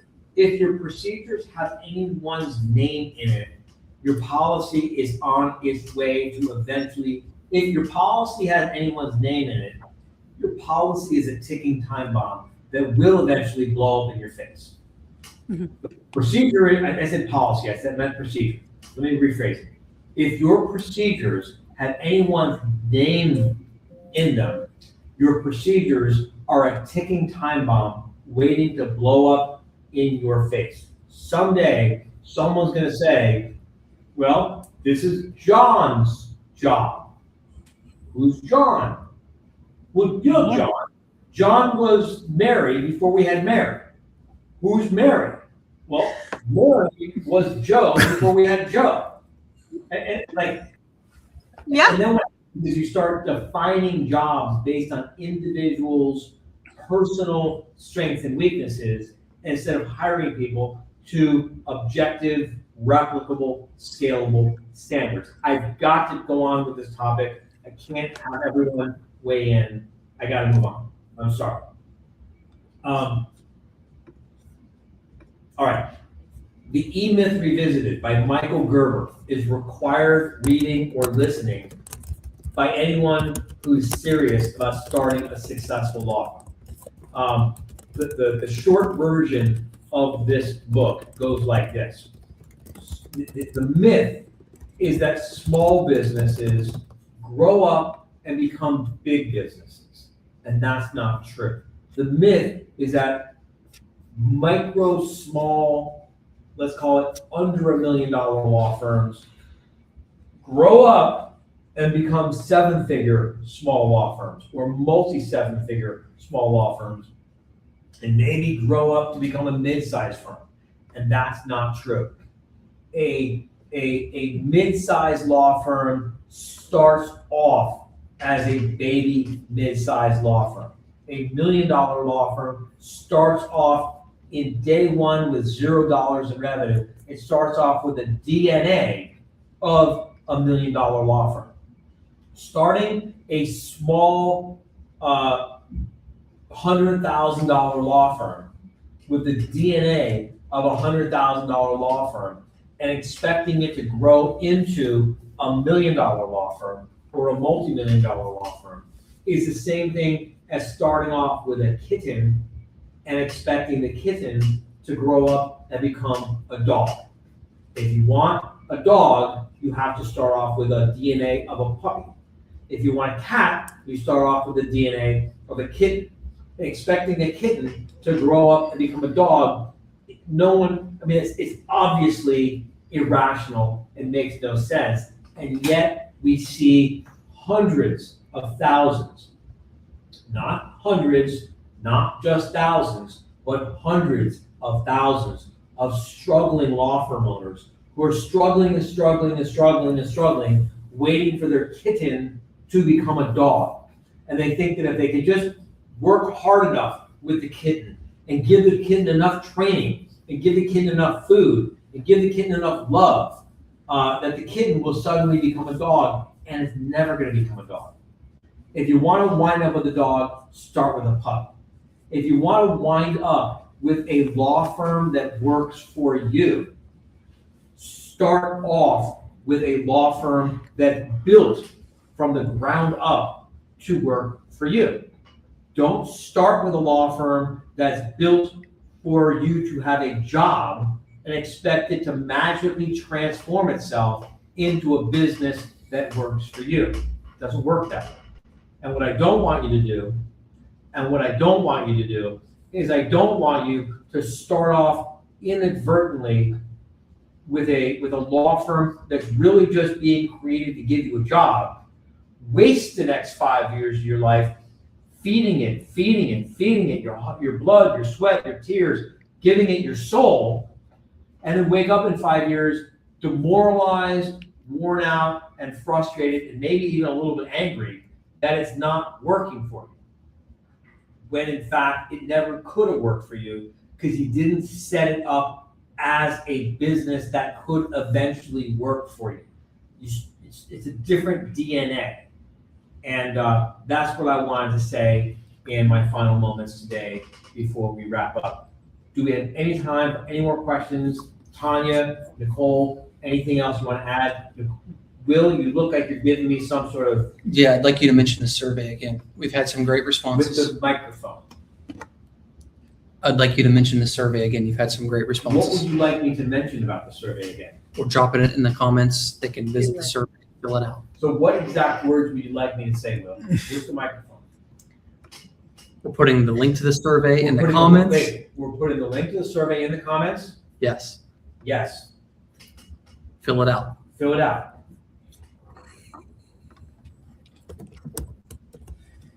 Who does what by when? You fill it out now.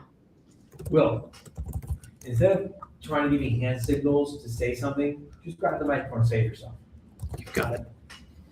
Everyone knows who you are. Yeah, it's not like he's Tony. Right, unlike Tony, who Tanya before this morning didn't give a shit about. Because she didn't know he existed. Did you know that Tanya did not give a shit? Tanya did not care about Tony. Tanya couldn't even give a shit about Tony until this morning. That's correct. Again, details. How does Is that that feel? because you didn't know Tony existed? Tanya didn't even care about it. Because I've never met anything that Tanya doesn't actually give a shit about. And now it just got worse. It seems like Nicole doesn't care about it either. Nicole's matching. Nicole, you're matching I'm a your. much different person flowers. than Tanya. No one would ever be surprised if someone said, Nicole didn't give a shit about that person. Asshole! I thought there was no asshole policy. Who doesn't care about Tony? Tony, we care, Tony. Now that you exist, we care Now that immensely. you exist, Tony, we care.